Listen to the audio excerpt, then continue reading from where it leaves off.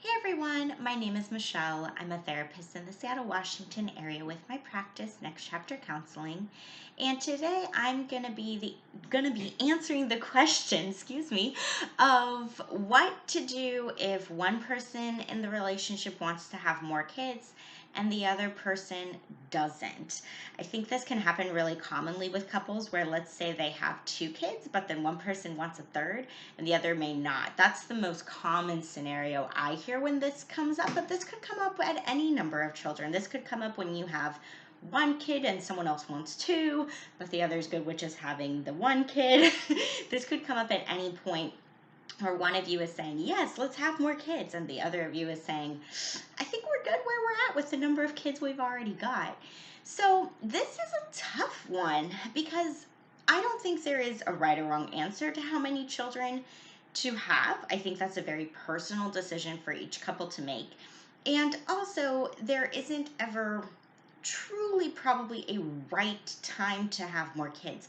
Life is busy, life is ever changing.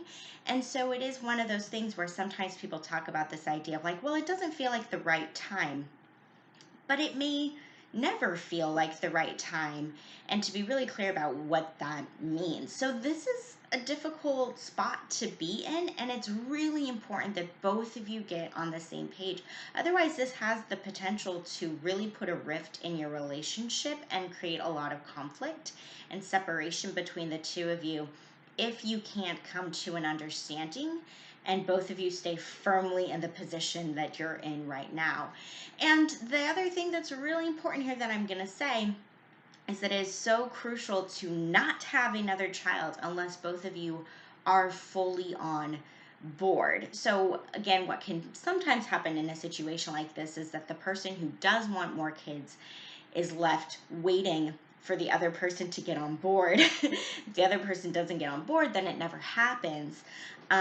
But it's really important that both of you come to some kind of an agreement so that you both feel good about the decision that's made, whether it is to have another child or whether it's to not have any more kids, that both of you feel 100% good about it. So today, what I'm going to really be discussing is how to come to that place. Again, not to make a decision about which of you is right or wrong, because that's so personal for each family to decide, but to help you guys reach that decision. So the first thing that I recommend is that you both set aside some time. Honestly, it may sound kind of silly, but kind of scheduling it of like, we need to have a real sit down conversation about this. When can we do that? Try to pick a time when it's just the two of you, when either your other kids are already in bed or at friends' houses doing other things, like just the two of you, undivided attention, no distractions, to really sit down and have a conversation about this, especially if up until this point you both have just been making comments here and there like, oh yeah, it'd be really nice to have baby number 3. The other one's like, I don't think so. And then you just keep going with your day. This is the time to really hash it out in a way to really get clear on why each of you are feeling the way that you feel and to hear the other person's side 100%. So find some time to do that and really fully listen and try to understand the other person's side. This means to not interrupt the other person when they're talking. This means to try to validate why they are wanting what they're wanting, even if it's different than what you want, to try to really put yourself in their shoes to say, oh, I can see that piece of this and why you would want that aspect of having another child or of not having another child, and to really try to fully understand each other. It does not mean that at the end of that conversation you're going to be decided. Doesn't mean that, but that's the real place to start, is have that conversation. And what I recommend after that conversation is that both of you take a couple days to a week and you decide, when do we want to reconvene? And really during that time to think about the other person's side, because this is not about one person winning and the other person losing. This is about both of you really thinking about what's best for our family, what's best for us as individuals, what's best for us as a couple, our other kids. Like, thinking about what's best for the collective rather than just, God, I really hope that they come to my side. So take a couple days to really think about that after you've heard the other person's side before you come back together. And it may even be when you come back together that a final decision is not reached then. This may take multiple conversations like this, but you can hopefully come back together and say, okay, after taking some time to think about what you said, now this is where I stand. Whether it's I still stand exactly where I stood before, or whether you're budging a little bit and having some movement towards making a different choice than what you were originally thinking. So that's what I recommend, is starting off with a really good conversation and then taking a couple days before you come back together.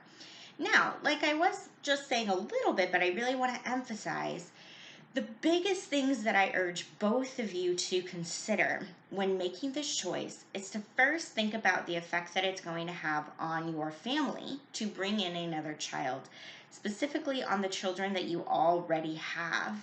I watched this YouTube video the other day and it was actually really sad. This family already had 3 kids, and they announced to their kids that they were going to have another baby, and the kids were so upset. They were really against this idea. And it's not about leaving this decision up to your kids to make. It's not necessarily your kid's choice to decide whether or not you have another child, but to really think about that. Where are your kids at in their lives? What are the things they already have going on that are really important to them? And if you bring another child into the mix, are you both still going to be able to be there for your other kids in the way that they need you to be right now?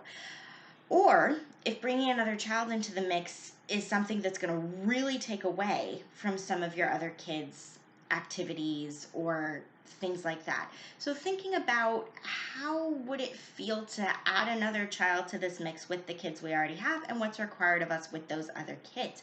Maybe it's doable. Maybe you're like, well, yeah, it would totally work while one of us is home with the baby and the other is taking the 2 kids over here. We could totally do it.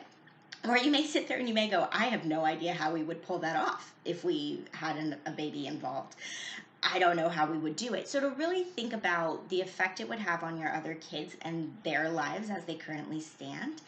And the other thing that's important to consider is where each of you are at with personal goals for yourselves.